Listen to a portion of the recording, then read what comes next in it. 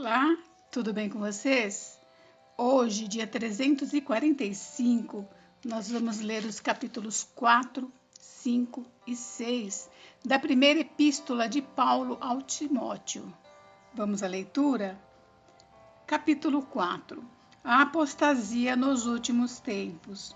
Ora, o Espírito afirma expressamente que nos últimos tempos alguns apostatarão da fé, por obedecerem a espíritos enganadores e a ensinos de demônios, pela hipocrisia dos que falam mentiras e que têm cauterizada a própria consciência, que proíbem o casamento e exigem abstinência de alimentos que Deus criou para serem recebidos, com ações de graças pelos fiéis e por quantos conhecem plenamente a verdade. Pois tudo que Deus criou é bom, e recebido com ações de graças nada é recusável, porque pela palavra de Deus e pela oração é santificado. Exortação à fidelidade e à diligência no ministério.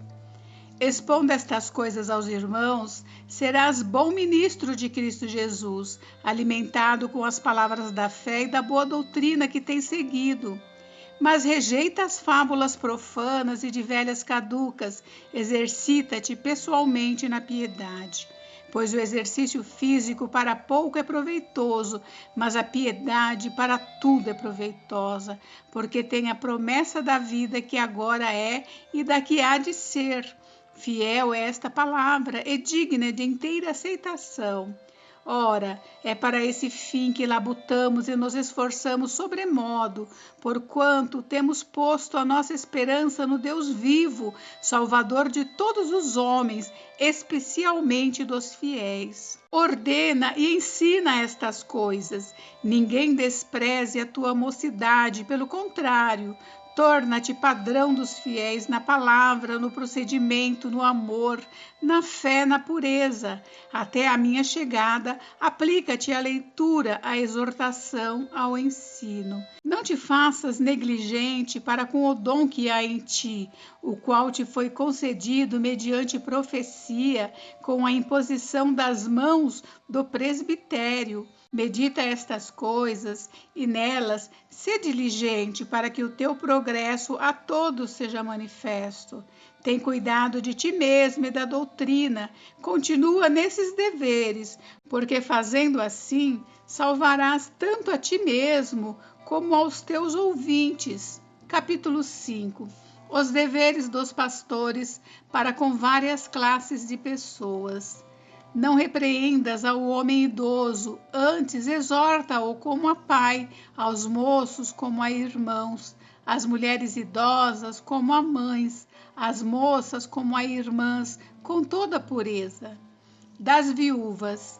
Honra as viúvas verdadeiramente viúvas, mas se alguma viúva tem filhos ou netos, que estes aprendam primeiro a exercer piedade para com a própria casa e a recompensar os seus progenitores, pois isto é aceitável diante de Deus. Aquela, porém, que é verdadeiramente viúva e não tem amparo, espera em Deus e persevera em súplicas e orações noite e dia. Entretanto, a que se entrega aos prazeres, mesmo viva, está morta. Prescreve, pois, estas coisas para que sejam irrepreensíveis. Ora, se alguém não tem cuidado dos seus, e especialmente dos da própria casa, tem negado a fé e é pior do que o descrente. Não seja inscrita, senão viúva, que conte ao menos 60 anos de idade, tenha sido esposa de um só marido, seja recomendada pelo testemunho de boas obras, tenha criado filhos, exercitado hospitalidade, lavado os pés aos santos, socorrido a atribulados, se viveu na prática zelosa de toda boa obra. Mas rejeita viúvas mais novas, porque quando se tornam levianas contra Cristo, querem casar-se, tornando-se condenáveis por anularem o seu primeiro compromisso. Além do mais, aprendem também a viver ociosas, andando de casa em casa, e não somente ociosas, mas ainda tagarelas e intrigantes, falando o que não devem. Quero, portanto, que as viúvas mais novas se casem, criem filhos, sejam boas donas de casa e não deem ao adversário ocasião favorável de maledicência, pois com efeito já algumas se desviaram seguindo a Satanás. Se alguma crente tem viúvas em sua família, socorra-as e não fique sobrecarregada a igreja, para que esta possa socorrer as que são verdadeiramente viúvas. Acerca dos presbíteros, vários conselhos. Devem ser considerados merecedores de dobrados honorários os presbíteros que presidem bem, com especialidade os que se afadigam na palavra e no ensino, pois a Escritura declara: não amordaces o boi quando pisa o trigo, e ainda, o trabalhador é digno do seu salário. Não aceites denúncia contra presbítero, senão exclusivamente sobre o depoimento de 2 ou 3 testemunhas. Quanto aos que vivem no pecado, repreende-os na presença de todos, para que também os demais temam. Conjuro-te perante Deus e Cristo Jesus e os anjos eleitos, que guardes esses conselhos, sem prevenção, nada fazendo com parcialidade. A ninguém imponhas precipitadamente as mãos. Não te tornes cúmplice de pecados de outrem, conserva-te a ti mesmo puro. Não continues a beber somente água, usa um pouco de vinho por causa do teu estômago e das tuas frequentes enfermidades. Os pecados de alguns homens são notórios e levam a juízo, ao passo que os de outros só mais tarde se manifestam. Da mesma sorte também as boas obras antecipadamente se evidenciam, e quando assim não seja, não podem ocultar-se. Capítulo 6. Dos senhores e dos servos. Todos os servos que estão debaixo de jugo considerem dignos de toda honra o próprio Senhor, para que o nome de Deus e a doutrina não sejam blasfemados. Também os que têm Senhor fiel não o tratem com desrespeito, porque é irmão. Pelo contrário, trabalhem ainda mais, pois ele que partilha do seu bom serviço é crente e amado, ensina e recomenda estas coisas. Os falsos mestres e os perigos da riqueza.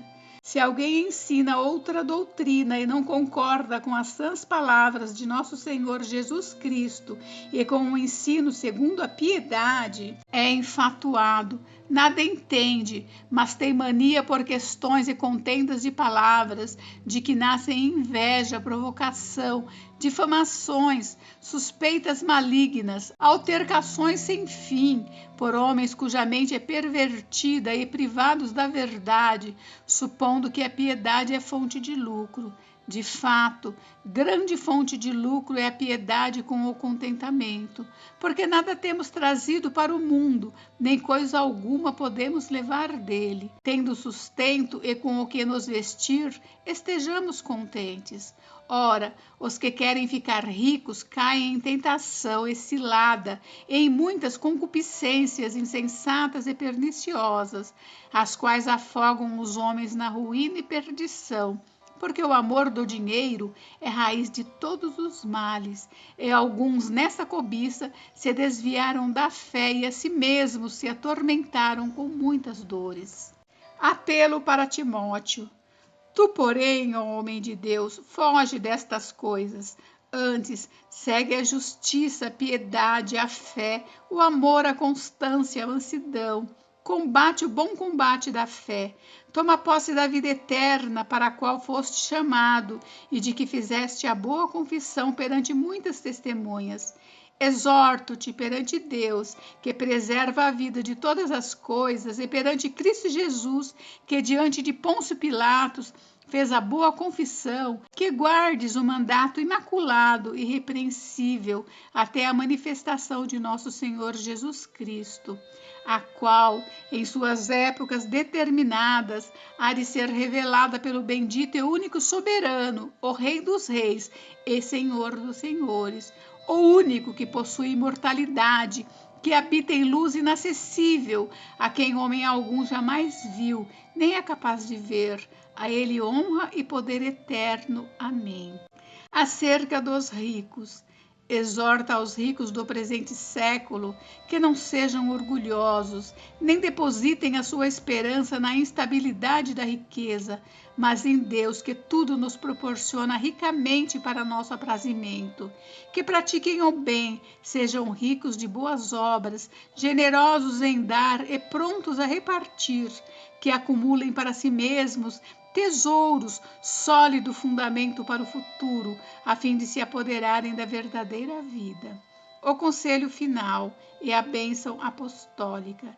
E tu, ó Timóteo, guarda o que te foi confiado, evitando os falatórios inúteis e profanos e as contradições do saber, como falsamente lhe chamam, pois alguns, professando-o, se desviaram da fé. A graça seja convosco. Gente, encerramos a leitura da primeira epístola de Paulo a Timóteo. Amanhã nós leremos a segunda epístola de Paulo a Timóteo. Fiquem com Deus, Deus abençoe vocês, até amanhã, beijos, beijos.